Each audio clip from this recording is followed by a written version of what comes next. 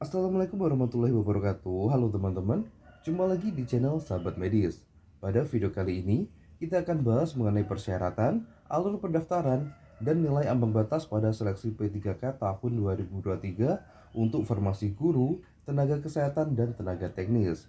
Buat teman-teman yang sebelumnya sudah pernah mengikuti seleksi P3K, ini tidak ada perubahan ya teman-teman, alurnya masih sama. Sedangkan buat teman-teman yang baru pertama mengikuti seleksi P3K tahun ini, teman-teman simak video ini sampai selesai. Oke, langsung saja kita masuk ke pembahasannya ya teman-teman. Sebagai contoh, di sini kita lihat untuk penerimaan P3K di lingkungan pemerintah Kabupaten Kediri. Ini yang pertama ada dasar hukumnya, ini kita skip saja ya teman-teman.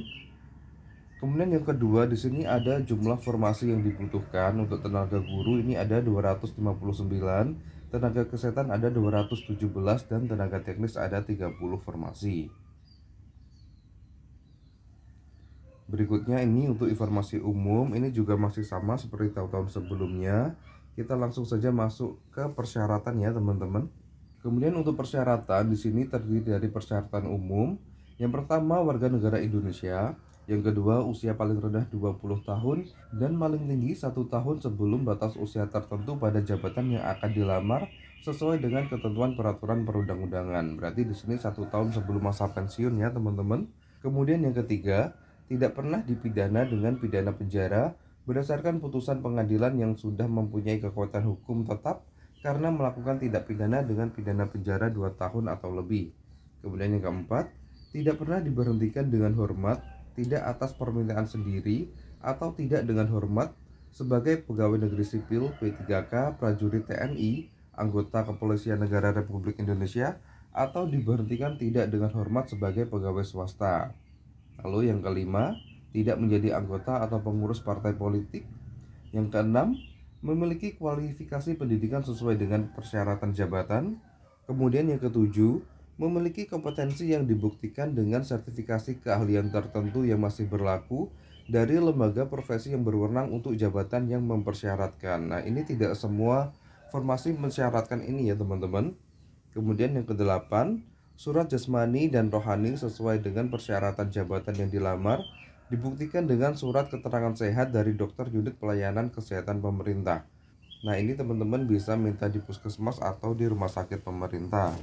Kemudian yang kesembilan, tidak mengkonsumsi atau menggunakan narkotika, psikotropika, perkursor, dan zat adiktif lainnya yang dibuktikan dengan surat keterangan dokter dari unit pelayanan kesehatan pemerintah. Ini teman-teman bisa minta di BNN ataupun di rumah sakit pemerintah ya teman-teman. Kemudian yang ke-10, surat pernyataan diketik menggunakan komputer bermateri 10.000 dan ditandatangani dengan pena bertinta hitam sesuai format terlampir.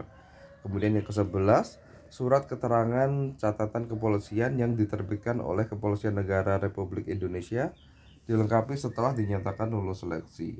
Jadi di sini untuk poin 8, 9 dan 11 ini dilengkapi setelah dinyatakan lulus ya teman-teman pada saat pemberkasan nanti. Lalu di sini persyaratan khusus bagi tenaga guru. Yang pertama, usia paling rendah 20 tahun dan paling tinggi 59 tahun. Kemudian yang kedua, telah lulus passing grade pada seleksi P3K guru tahun 2021. Dan yang ketiga, wajib mengikuti pendaftaran ulang penerimaan P3K tahun 2023. Sekarang kita masuk ke persyaratan khusus bagi tenaga kesehatan. Yang pertama, usia paling rendah 20 tahun dan paling tinggi 59 tahun pada jabatan yang akan dilamar sesuai dengan ketentuan perundang-undangan. Kemudian yang kedua, di sini ada jenis kebutuhan P3K tahun 2023 yang meliputi formasi khusus dan formasi umum. Nah, ini ada ketentuannya ya teman-teman. Untuk formasi khusus, ini terdiri dari ex tenaga honorer kategori 2 atau tenaga non ASN. Di sini juga dijelaskan untuk ex tenaga honorer kategori 2 adalah pelamar yang terdaftar dalam database BKN dan melamar pada instansi tempat bekerja saat ini.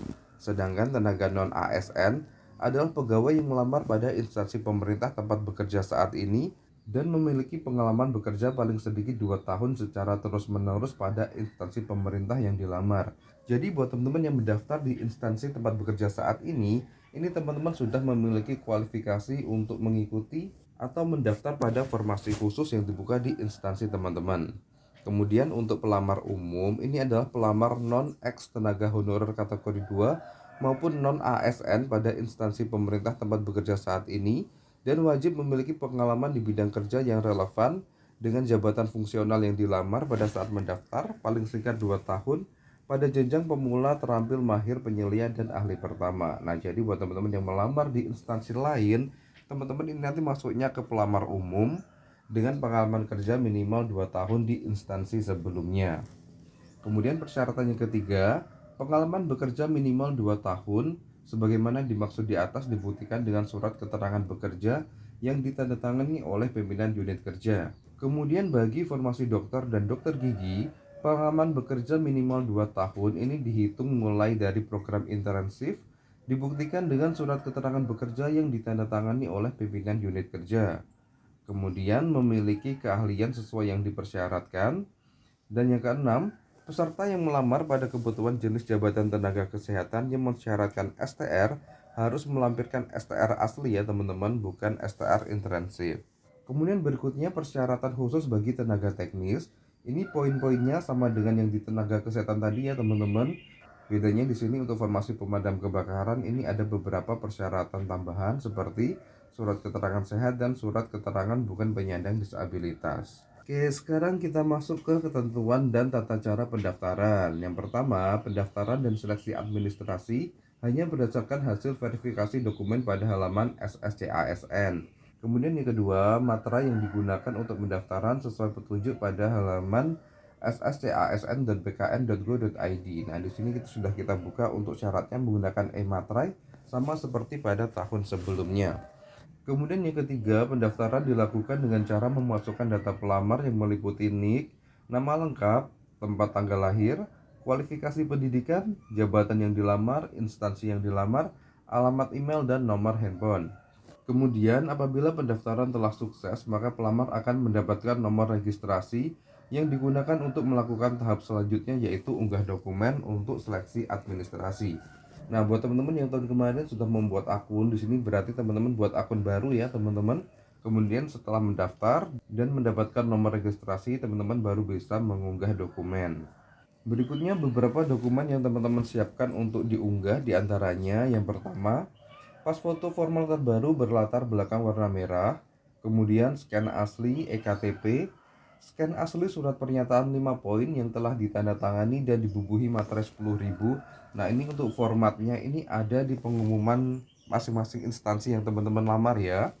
Berikutnya, scan asli surat lamaran menjadi P3K, scan asli ijazah, scan asli transkrip nilai, kemudian scan asli surat pengalaman kerja sesuai jabatan yang dilamar minimal 2 tahun.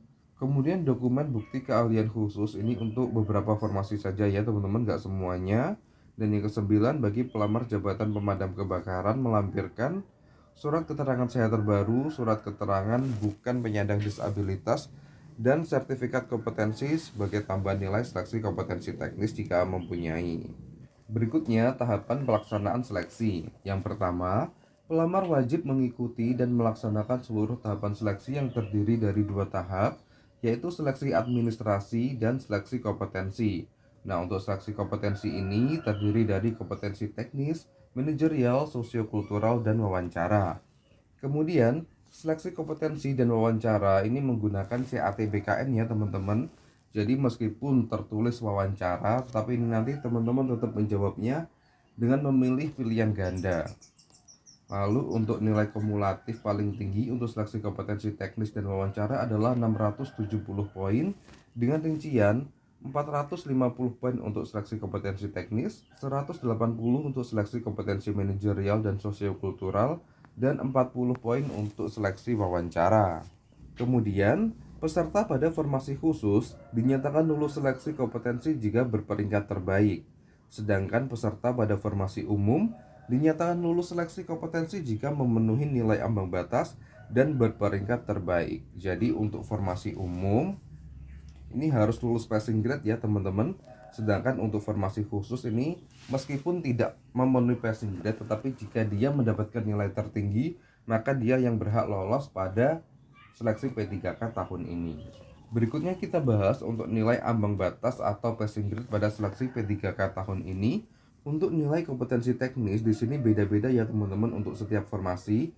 Ini teman-teman bisa lihat pada lampiran Kemampuan RB nomor 652 tahun 2023. Kemudian untuk seleksi kompetensi manajerial dan sosiokultural, nilai ambang batasnya adalah 117 poin.